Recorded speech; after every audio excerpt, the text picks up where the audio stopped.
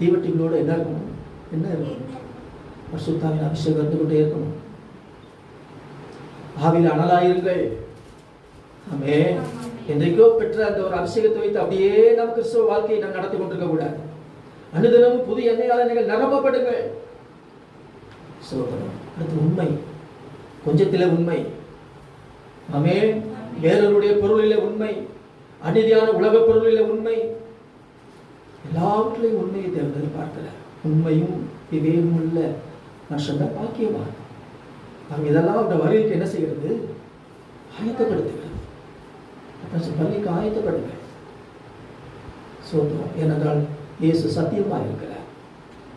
சோதனம். ஆகவே அவருடைய பிள்ளைகளாய் நாமும் சத்தியத்தை பேசுகிறவர்களாக மாத்திரமல்ல, உண்மை உள்ளவர்களாக எங்கும் நம்முடைய ஜீவியத்தில் எங்கும் உண்மையா இருக்கும். ஆமென். ஏதோ ஒரு சில பகுதிகள் மட்டும் அல்ல, எங்கும் உண்மையா இருக்கணும். மோசே சொல்வார், இவன் என் தேவனுடைய வீட்டில் எங்கும் உண்மை உள்ளவன். ஆமென். வெளியே போனாலும், வேலை பார்க்குற இடத்துலையும் சரி, வீட்டில் இருந்தாலும் சரி, எங்க இருந்தாலும் எப்பொழுதும் எப்படி இருக்கணுமா? உண்மை உண்மை உண்மை. ஸ்தோத்திரம். எனக்கு அது மாத்திரமல்ல, ஆண்டவர் நமக்கு சொல்லுகிறார். யோவான் 15ஆம் அதிகாரம் 14வது வசனத்தை யாரை வாசிக்கிறீங்களா? யோவான் 15ஆம் அதிகாரம் 14வது வசனம். நான் உங்களுக்கு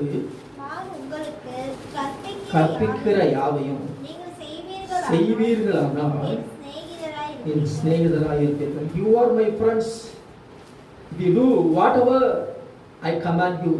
நான் உனக்கு என்ன கட்டளை இடுகிறேனோ, என்ன உனக்கு கற்பிக்கிறேனோ அதையெல்லாம் நீங்க செய்தால் நீங்க தான் யாரு?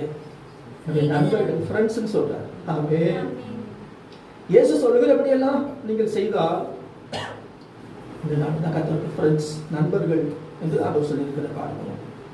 இதனால் என்ன சொல்லுகிறார்? 12ஆம் வசனம் சொல்லுகிறது, நான் உங்களை நம்பா இருக்கிறது போல நீங்களும் ஒருவரில் ஒருவர் எப்படி இருங்கள் வேண்டும் என்பதே என்னுடைய கற்பனையாக இருக்கு.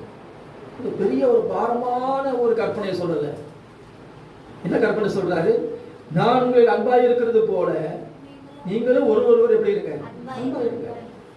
இதைத்தான் நீங்க செய்ய சொல்றாரு. இதை செய்தால் நீங்கள் எனக்கு எப்படி இருப்பீர்கள்? சிநேகிதராக இருப்பீர்கள் என்று சொல்கிறார். அவருடைய கற்பனைகள் எல்லாம் நம்ம கீழ்ப்படுவதற்கு ஒருபோது அது பாரமானது அல்ல. அன்பாயிருங்கள் சொல்கிறத நம்ம பார்க்கிறோம். சோத்திரம். அது மாத்திரமல்ல, இயேசுவின் தாயாகிய மரியாளும் சொல்லுகிற ஒரு காரியம் நமக்கு தெரியும். இயேசு அவர் உங்களுக்கு என்ன சொல்லுகிறாரோ அதன்படி